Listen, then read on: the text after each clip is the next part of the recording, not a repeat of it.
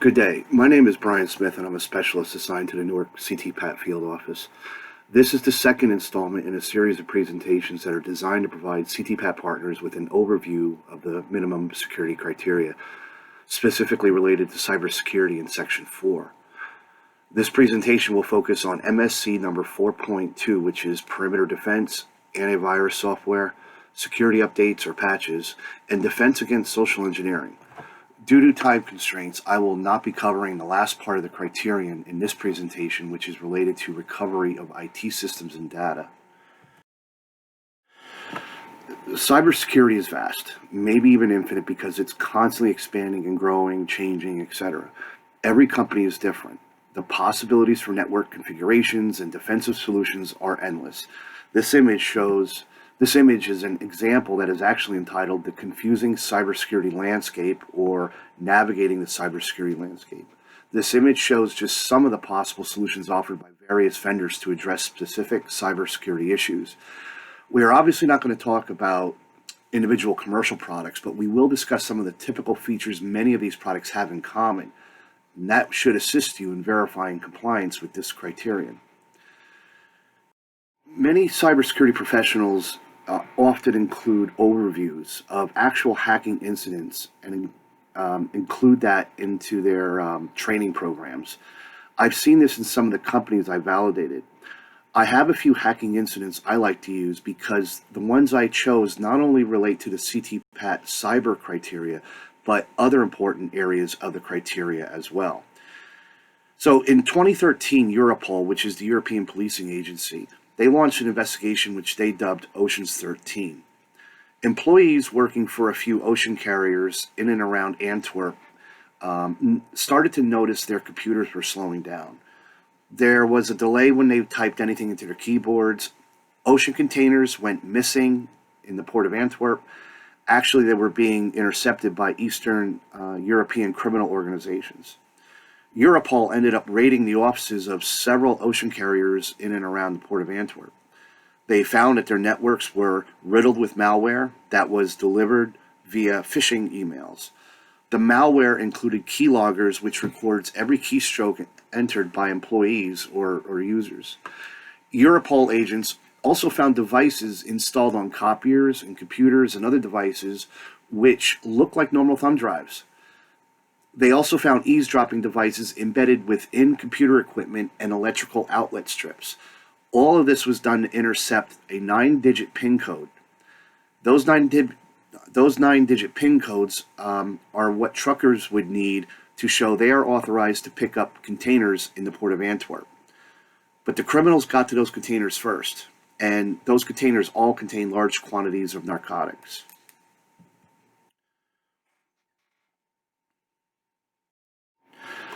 So, two men who were legitimate IT professionals and ran their own consulting firms were operating in Belgium. They were often on news shows discussing IT-related subjects. They provided consulting work for large, well-known organizations. At some point, though, they were compromised by Eastern European criminals. At first, they were able to generate phishing emails and were successful in using that vector to penetrate the ocean carriers' networks. When that was uncovered and blocked, they resorted to something else.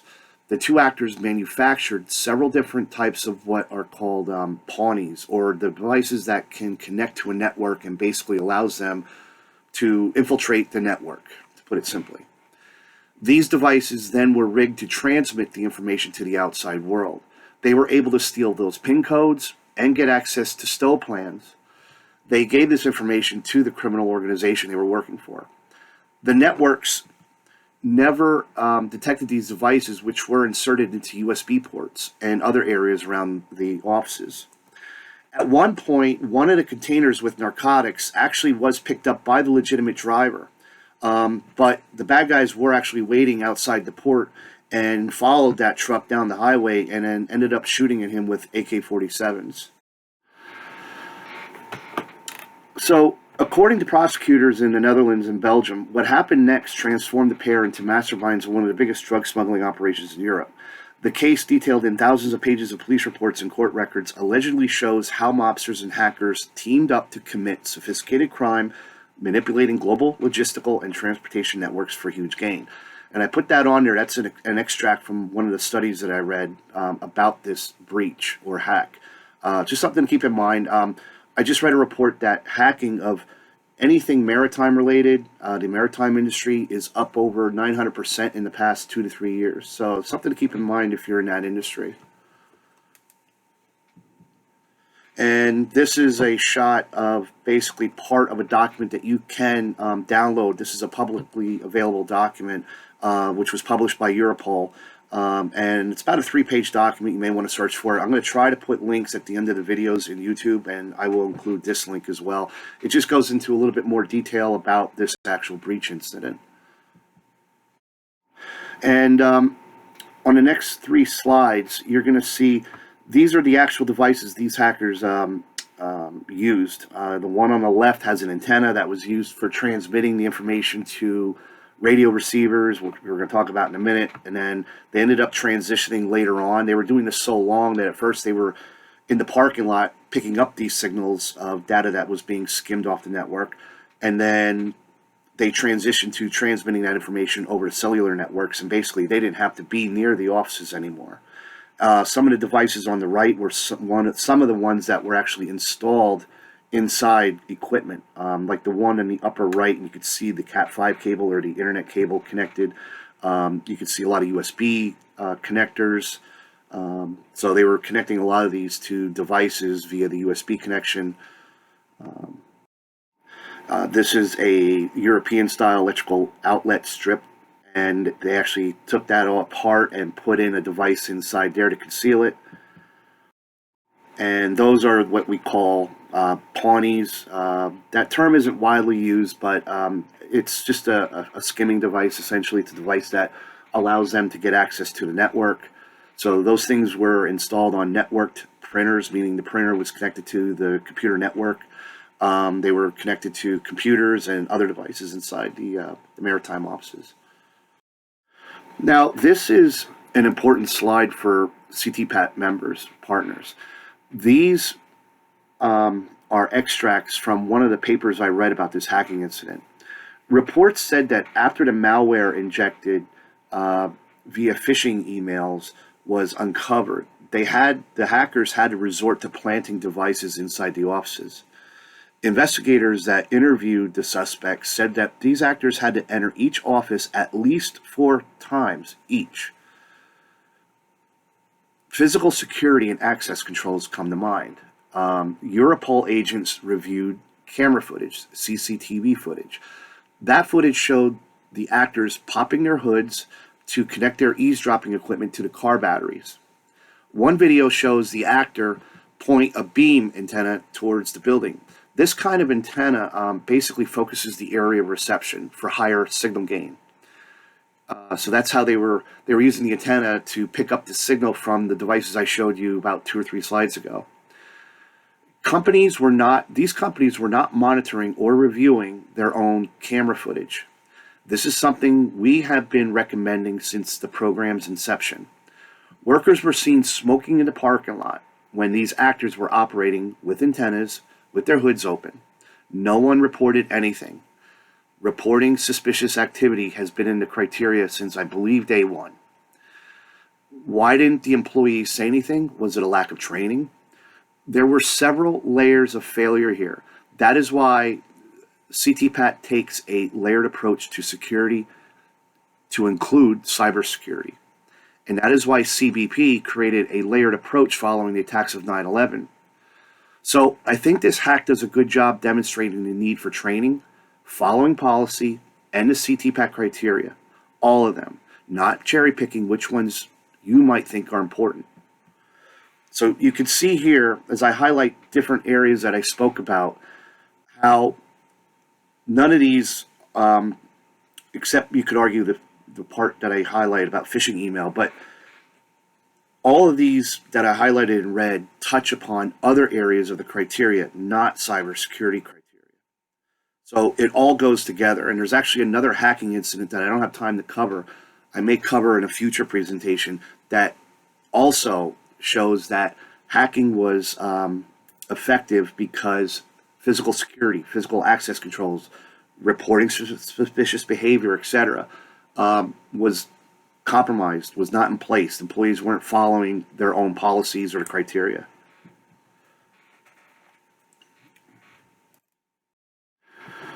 Now on to the meat of the presentation, on section 4.2 of the criteria, which I dub defense.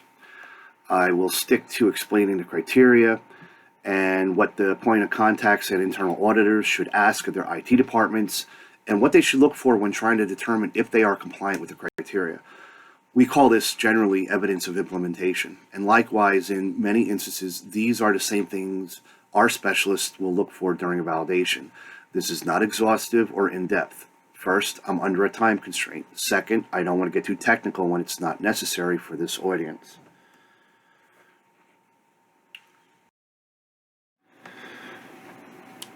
This is the entire criterion for 4.2. Again, we will cover only the first two that you see here on this page. The last two we will cover in another presentation where I think it will complement that presentation's topic better.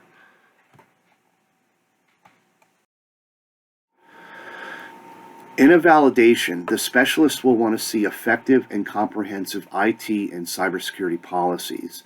The specialist will want to know generally what the network looks like. Are IT services handled in-house or by a third party or a mixture of both? Where do IT policies come from? Who authors them? Is it done locally, another location, global headquarters? Where are the data centers, server rooms? Are they local? Are they in other locations around the country, around the world? And then we might ask about, has the company been pen tested recently?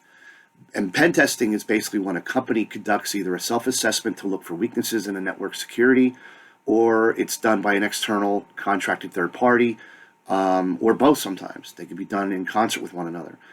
They could be very limited in scope or wide-ranging, very intrusive. It's up to the company that's paying for it. Believe it or not, a lot of the best pen testers that I've looked at and watched or read, etc., they begin by cold calling on the phone or emailing employees to get their login credentials and other information that will help them with generating convincing phishing emails. We'll talk about that in a little bit. Or just getting their credentials and logging in, and then from there navigating throughout the network and getting more permissions and things like that. That's called lateral movement in some cases. Or getting higher permissions to be able to do bigger and better things as far as a hacker is concerned. That works, and it works a lot. If there are pen testers that do that are very successful. Some reports as high as 40% of the time. It's been reported recently that is how actually a very popular social media platform was hacked and allowed hackers to get access to prominent social media accounts. So this screen and the next screen have some key terminology if you're not familiar with malware, what a firewall is, and port. I kind of wanted to stick port and ports in there. We're not going to talk about ports or port scanning because they're actually another criterion that concentrates more on ports and scanning the networks and pen testing. So I have the terms here. You can read them.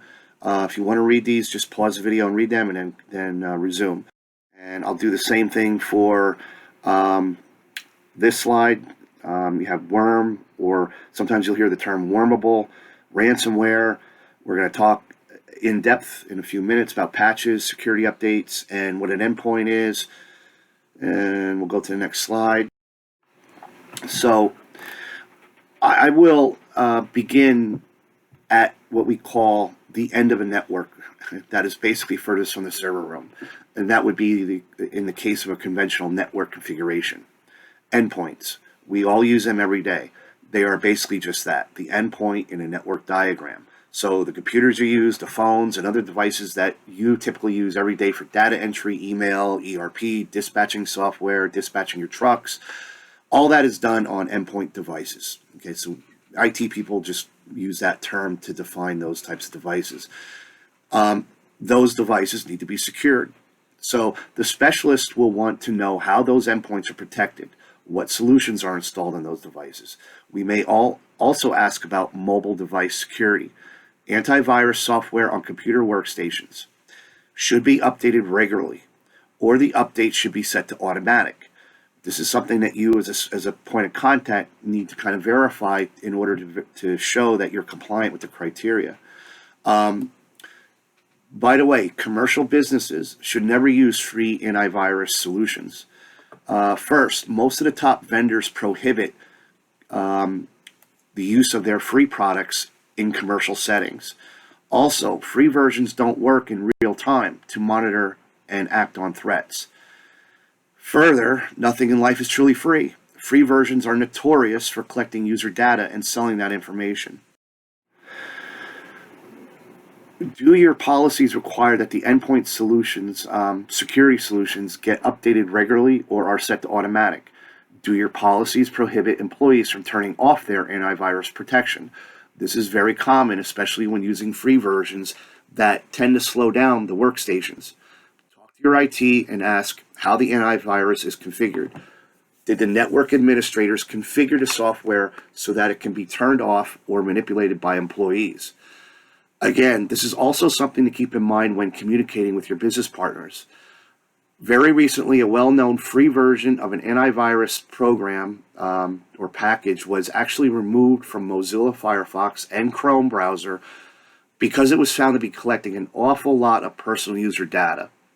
So you have some things to take into consideration and review with your IT department with just this one area. So when you meet with your IT folks or find that your business partners are using free antivirus products to quote unquote secure their endpoints, you want to ask why. Was it purely a cost saving measure? Was it an oversight? It just happened. Yes, I've seen that kind of stuff in validations, particularly overseas. A lot of shortcuts are taken. Things are done against policy or with no policy in place. Sometimes workers download their own antivirus software on top of what's already on the machine. And we even have a criterion now basically that prohibits or asks, I should say, I think it's a recommendation that companies prohibit employees from downloading software on their own. And we're going to talk about that in a future presentation. But you can now begin to point out several potential pitfalls associated with using the free versions. Policy should be updated to reflect what the company has authorized and what is expected of the IT department and its employees. These details should be provided to employees in training. Another topic I got to spend a little bit of time on is something called BYOD, or Bring Your Own Device, which is a growing trend, which means companies allow employees to use their own personal devices to conduct company business. Do you see a problem here? Yeah. So does the cybersecurity community. And especially today, as this is being taped, if you will, we're still in the midst of the coronavirus. There is a wide range of policy guidance on this in the companies I visit. It goes from zero, none, to the other end of the spectrum. Very comprehensive policies, very good oversight. But you will have to discuss this with your IT department and look at a number of factors. Those factors and considerations are too broad and expansive to discuss here, and the possibilities are endless considering the 12,000 CTPAT partners in this program, roughly, and all of their foreign partners. But there should be a clear and succinct policy that guides the IT staff and the employees on what protective measures are in place to ensure the same level of security, exists for those endpoints, those mobile devices, those BYOD devices,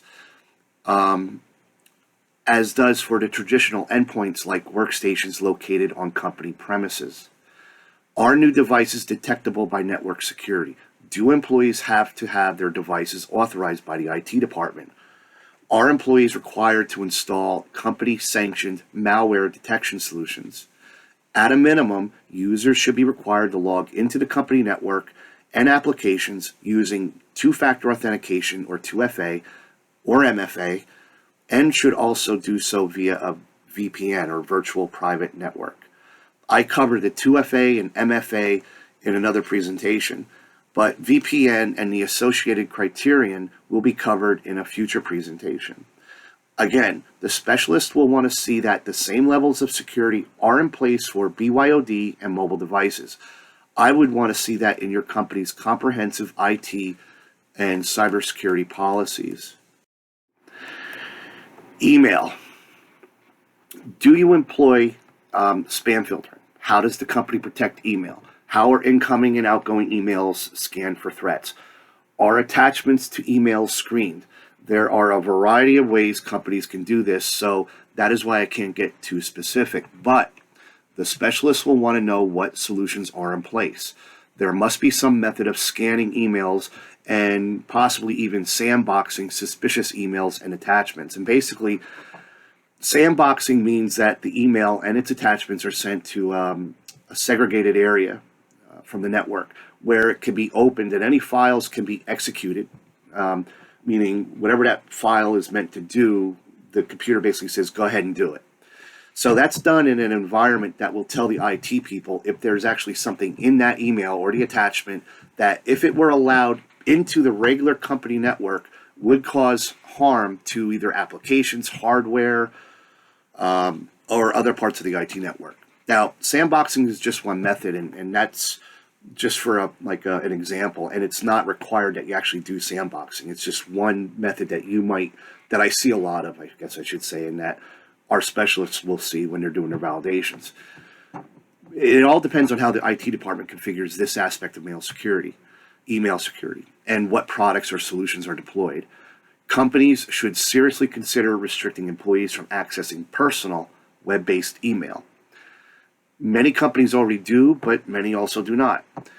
And this opens up the possibility of an unlimited number of threat vectors, okay? Especially if the company has free antivirus or it's turned off, or isn't updated, or there's overall weak network security protocols in place.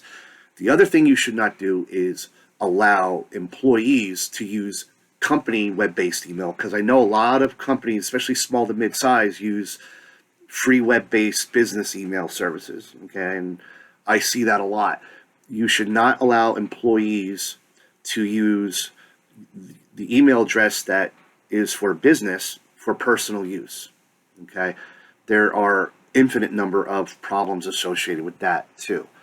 Just think about the number of employees you have, multiply that by basically a factor that is unlimited, really, because the number of emails from who knows where with all those phishing links and spam, etc. My wife, a personal note, I learned a lot over the years just talking to my wife, who's a professional. She's a registered nurse, at the top of her game, very intelligent, but cybersecurity, IT stuff is not her forte. When I looked at her email and I looked at the amount of spam she had compared to what I get, it was astronomical. My son is 9 years old. He has an email account through a popular service. I looked at his email. It was atrocious. I mean, it was actually scary to see what he had in his spam folders. Okay, what he had coming into his inbox that wasn't even picked up by the service and identified as spam was scary. 99% of it was unsolicited by my 9-year-old. Okay, people click on all kinds of things, and all that generates traffic and emails, and then they clue in on who you are and what you're interested in, what you might be interested in, and then that's how you increase the threat level as far as getting more and more emails and more phishing emails, more and more spam emails. So you really want to consider talking to your IT staff about the threats associated with personal web-based email on company machines and employees mixing that personal professional email relationship, if you will. We're almost done, but we are on to the most critical part of this presentation. We have no other than Darth Vader to introduce us to this subject. Security updates. That is a term that is used in the criteria, but the more widely accepted term is patch. Patching is one of the most critical aspects of any successful and robust cybersecurity defense program. Patching or lack of patching at all, let me start again, patching or lack of patching at all, or in a reasonable amount of time, is what got these companies here on this screen, and by the way, many others, into a lot of trouble. They were hacked because they didn't deploy patches that would have protected them from vulnerabilities found in existing software which would have been fixed by the patches that were released by the original product manufacturers in most cases. This is very real. It's right now, and it is a persistent threat, and it isn't going away. It is so pervasive that companies have been hacked recently by bad actors using exploits that were over 10 years old. And they accomplished that because a lot of companies will try to recycle their equipment or have it serviced. So basically, everything gets deleted off these devices, servers, all kinds of computer equipment. When the equipment goes back to the company, the IT staff says, okay, we're going to put in all the security updates or patches and everything else that back to maybe 5 or 6 years. So all the patches that were released by Windows, for instance, or whoever, and all the other applications that they're going to use and store on these servers, they're only going to go back 5 years. I've even seen cases where they only go back 2 or 3. Well, and that's because they can't go back. They don't want to go back 10 years or 15 years even, because it takes too long. And it takes up storage space. So they go back 5 years. Well, the hackers take advantage of that and say, well, I'm going to go and use an exploit or a hacking package that is 7 years old, because I know that this company, if they didn't put patches in from over 5 years ago, I'm going to be successful because I'm using a patch that I'm going to use a hack or an exploit that they didn't patch against, and they're successful. And by the way, an exploit is code or a software tool that is designed to take advantage of a flaw in a computer system, typically for malicious purposes such as installing malware, ransomware. Exploits can actually be tested, proved successful, then advertised and sold or rented, and believe it or not, rented for a period of time from the dark web. There are even exploits that can be developed to target a specific company or industry. Anyway, I could go on, but just look at this list of 6 companies that were hacked, and next to them are the numbers of user accounts affected. And this is just 6 out of many.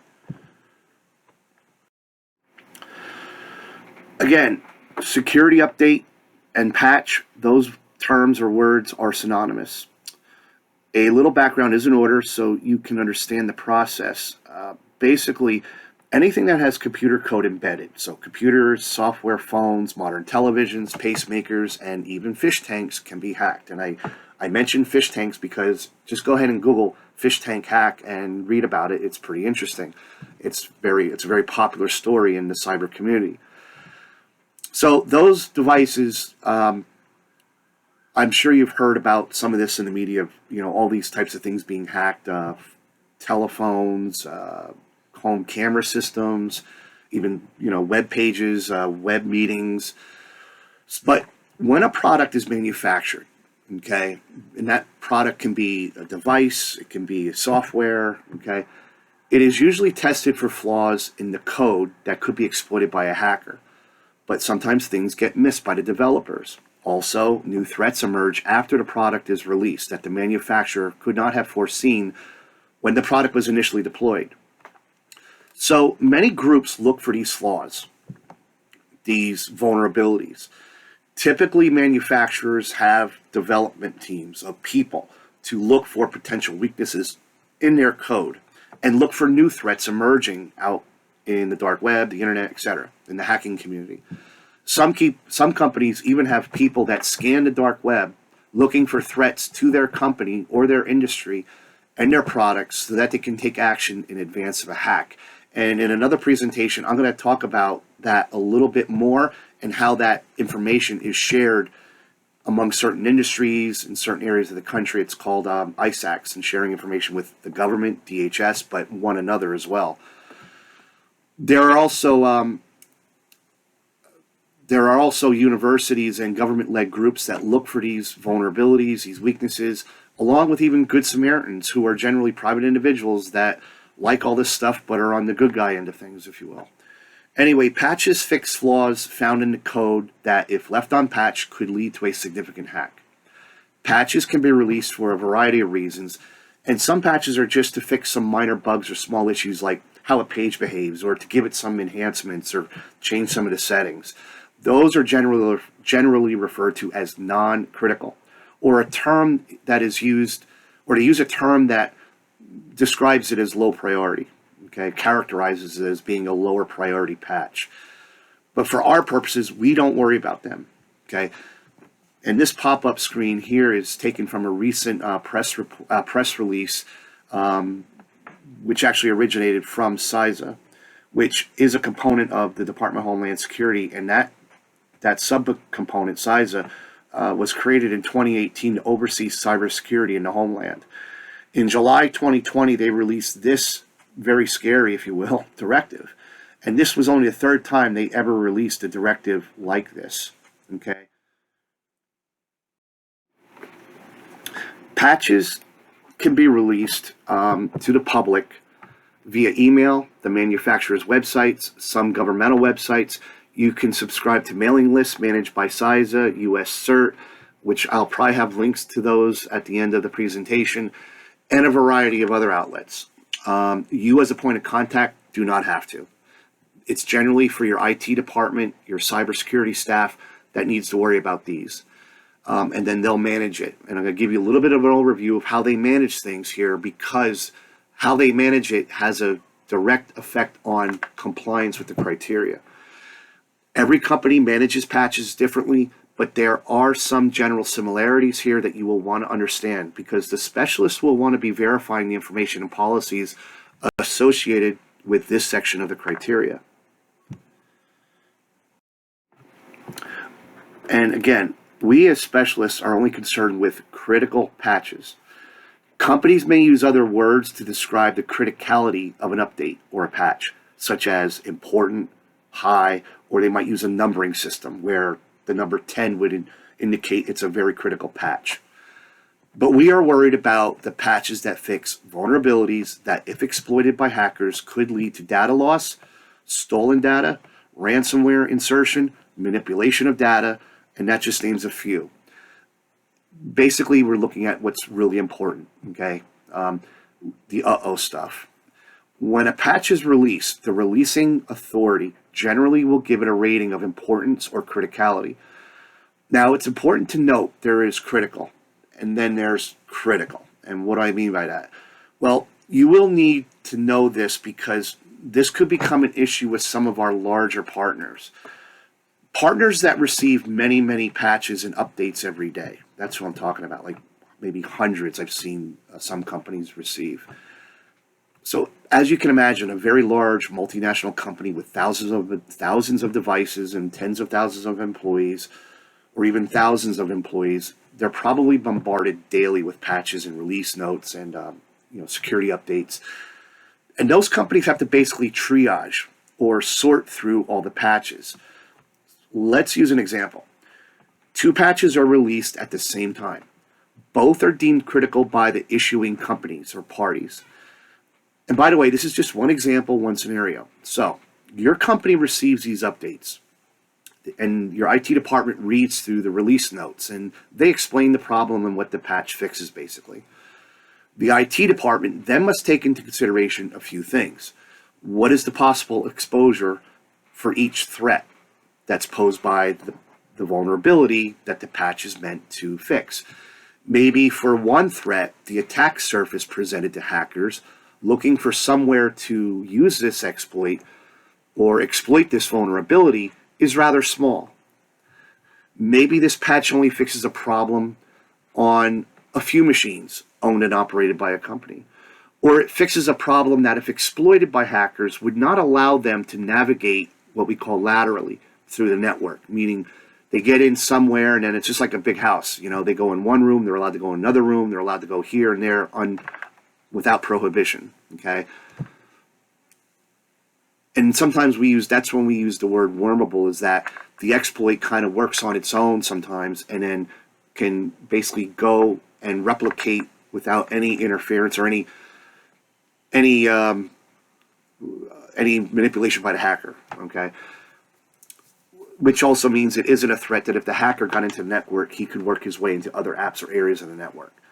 So now, on the other hand, let's take the second hack, which is also deemed serious or critical, but it addresses a vulnerability with their primary operating system, which is present on hundreds or thousands of machines.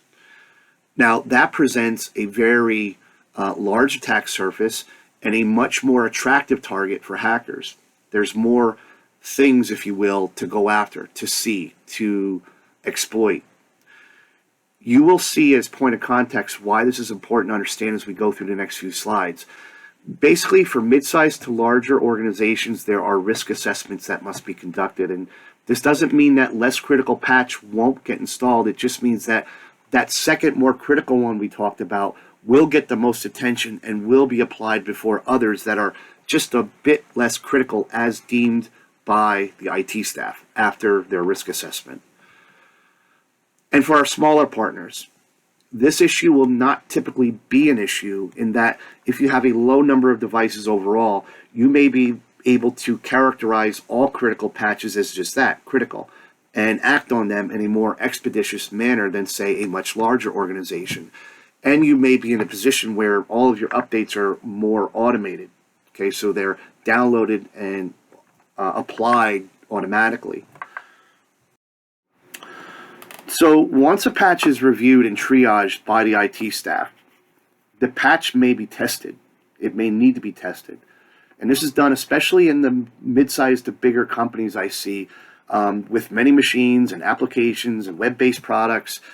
Sometimes a patch, once applied to the network or software or a device, could have negative interactions with other products on the network or installed in computer workstations. So, some companies will have a test environment set up where they create either a virtual environment or have the ability to test out a patch in a system that is segregated from the rest of the network, or what is called the production. But that test environment mirrors the production in as many ways as possible, from the apps installed to the operating system, etc. If there is a problem, IT hopes it becomes visible there versus in production, where it could cause a lot of problems and isn't always as easy to roll back, or let's just say delete. If the patch passes the test, then the IT staff have to develop a rollout procedure. This can be very intensive for large companies. There's a lot of things they have to take into consideration, and all these steps can take time, and that is why there is no one universally accepted time frame for deploying truly critical updates. And we will discuss that in a little bit more detail later. IT staff also have to have a rollback procedure in place in case the patch or update, once deployed, does actually cause problems with the network or connected applications, devices, etc. And that should be done by large and small organizations. Okay, there should be a rollback procedure for every organization, no matter your size, in case a patch has an adverse reaction with existing software, existing equipment. The first thing I look for at a validation is whether the company's patch management process is just that, a process, a written procedure that is followed by IT staff and is subject to auditing. And the process I described is very simplified, but it hits on the main points and the points I want to see at a minimum in the policy during a validation or when I review your security profile. If there is no comprehensive policy, then I will be hard-pressed to agree with you that a process is in place at all, as per our criteria. Patches can be handled in a few ways. Smaller companies may elect to find, download, install them in a very manual way.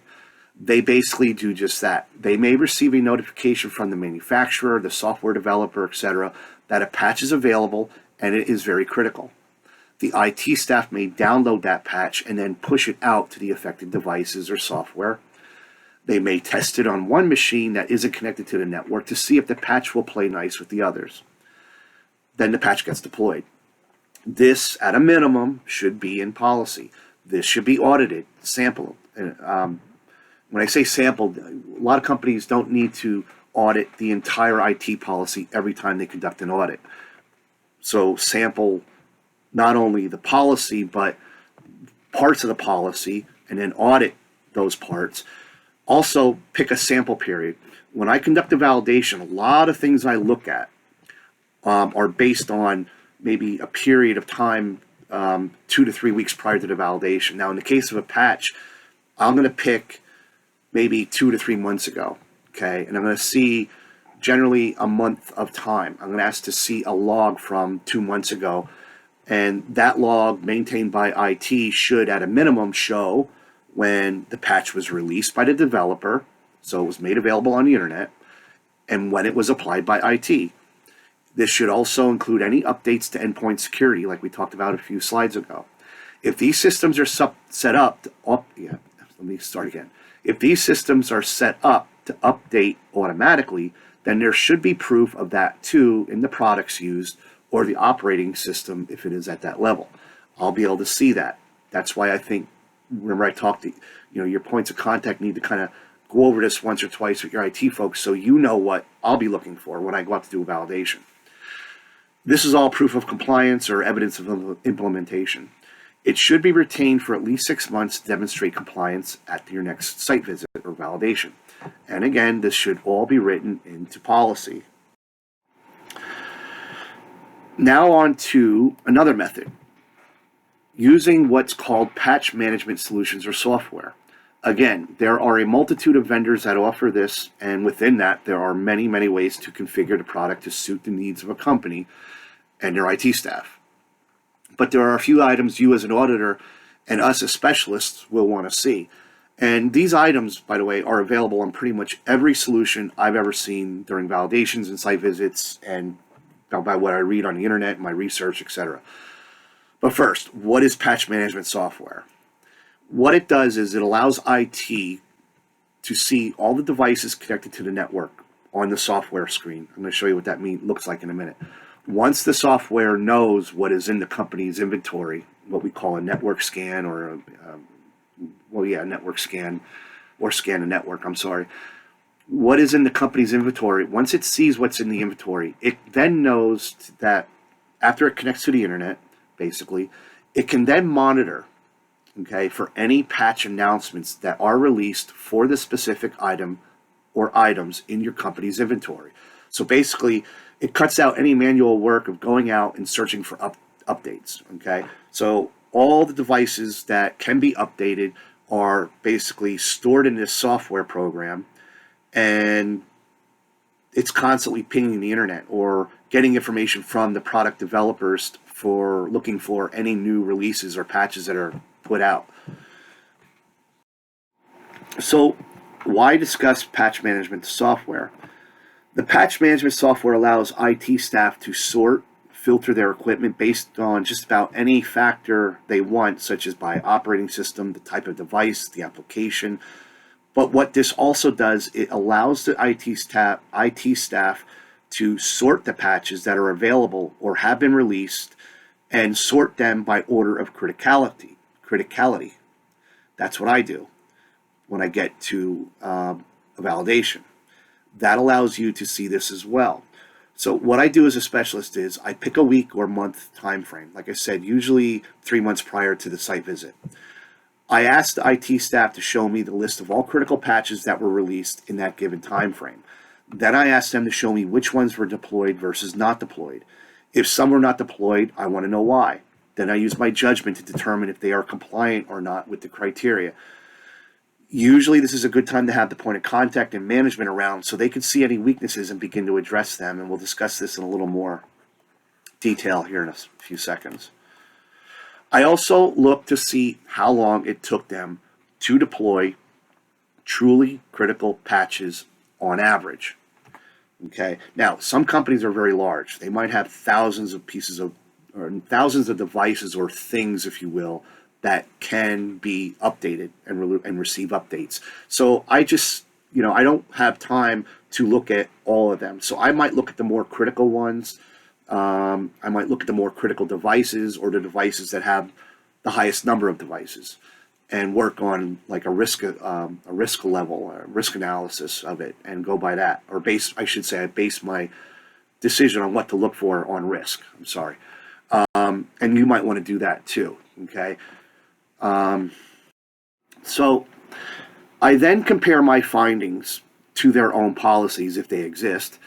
If there are contradictions, I ask more questions. So on this slide, I have a screenshot of a typical patch management solution and what you will see at a minimum, some of the features associated with most programs I've ever come across. On this slide, I have a screenshot, like I said, of a typical patch management solution. And remember, I am using this to show you what to look for as far as what is critical and also for patches that were never applied or applied after 30 days. Okay, and I'll talk about what I mean by that in a minute. I'm also looking for patches that were not deployed according to policy. I am not going to get too much into these products and describe them in too much detail because they all have some differences, but it's important to discuss this with your IT staff to see what sort of reports can be generated by the product.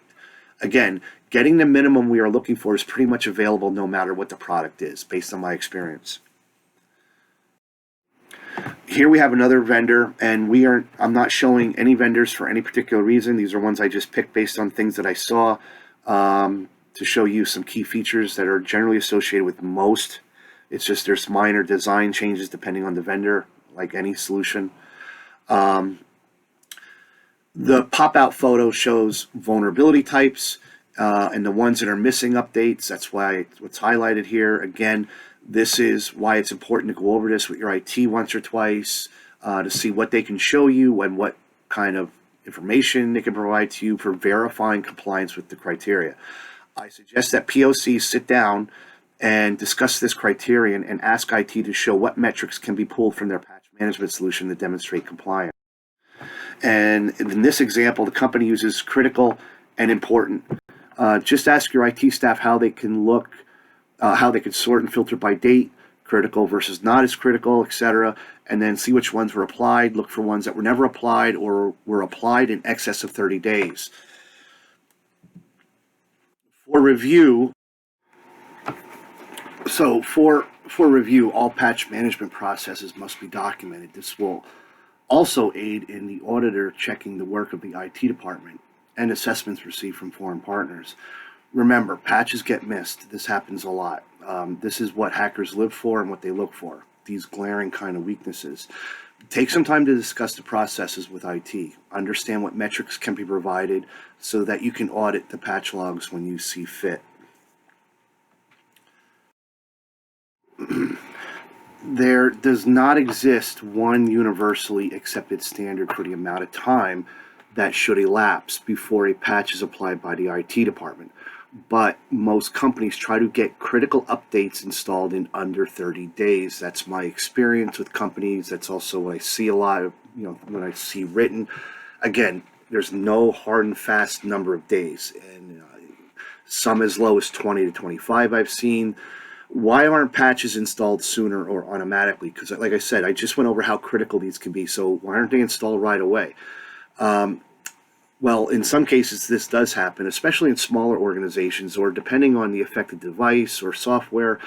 But for some organizations, it's not practical or it's not possible. The patches have to be evaluated and tested. In a validation, I ask what their policy calls for. So if the policy says they have to be installed in 25 days, I usually accept that and verify that by asking for records. But this is how I usually handle a situation where a company says they don't have a policy or they are waiting over 30 days to install a critical patch. If IT staff and the POC are in a meeting, I just ask IT, are you comfortable with it taking that long to install an update? If they shrug their shoulders and act like it's not a big deal, I then ask the POC or managers if they think there is an issue here that maybe should be addressed. If they are installing updates and are doing so in excess of 30 days, I will write a recommendation in a report calling for them to get that down to under 30 days. But sometimes asking that question does something else. Instead of putting the focus on IT staff, it may also present an opportunity for improvement. Because I have asked that question many times and got the following response. IT will say, yes, we would love to get that time down to 20 to 25 days, but we don't have the resources, whatever that may be, people, infrastructure, etc. But it kind of puts the subject on the table, and management is basically forced to address or at least acknowledge the issue. I say this because I've seen many times where there is a lack of communication and understanding on the part of management. They don't see the problem with allowing a vulnerability to go unpatched for a long period of time, but now they do. So I've seen this go both ways. Sometimes it's a lack of policy or lack of an effective IT staff or lack of managerial oversight and involvement. It just should give you something to think about. Also, this is a big part of network security. Strong passwords. Make sure IT has changed all default passwords that came with equipment, software, etc. I still conduct validations, and I see the IT staff open their secret black books to get into the server, and I see password 1 as the password to get in. I visited a tech company last fall. They never changed the default password on their CCTV network. That is why sites like this exist. Okay, Instacam is a site that live streams all those cameras that either didn't change their default passwords or use very easy to guess passwords. You can see cameras pointing directly at point of sale locations, computer workstations, etc. Just about anything you can think of, but all of which pose a significant or could pose a significant security risk. And here's a screenshot of one set of cameras from that site. There are tens of thousands, by the way. But a school may be in the one, a bakery, a medical office perhaps in the other one. So just something to consider.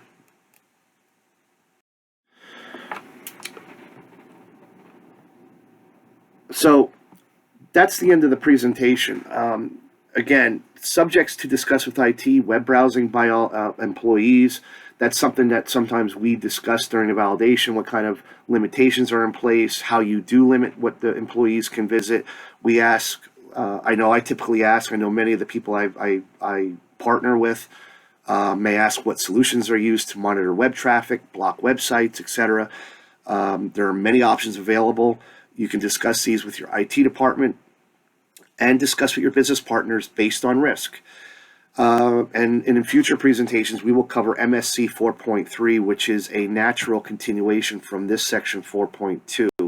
We will discuss vulnerability scans, pen testing, open ports, and port scanning, because those are things that we're going to have to see that you're compliant with because of the new minimum security criteria.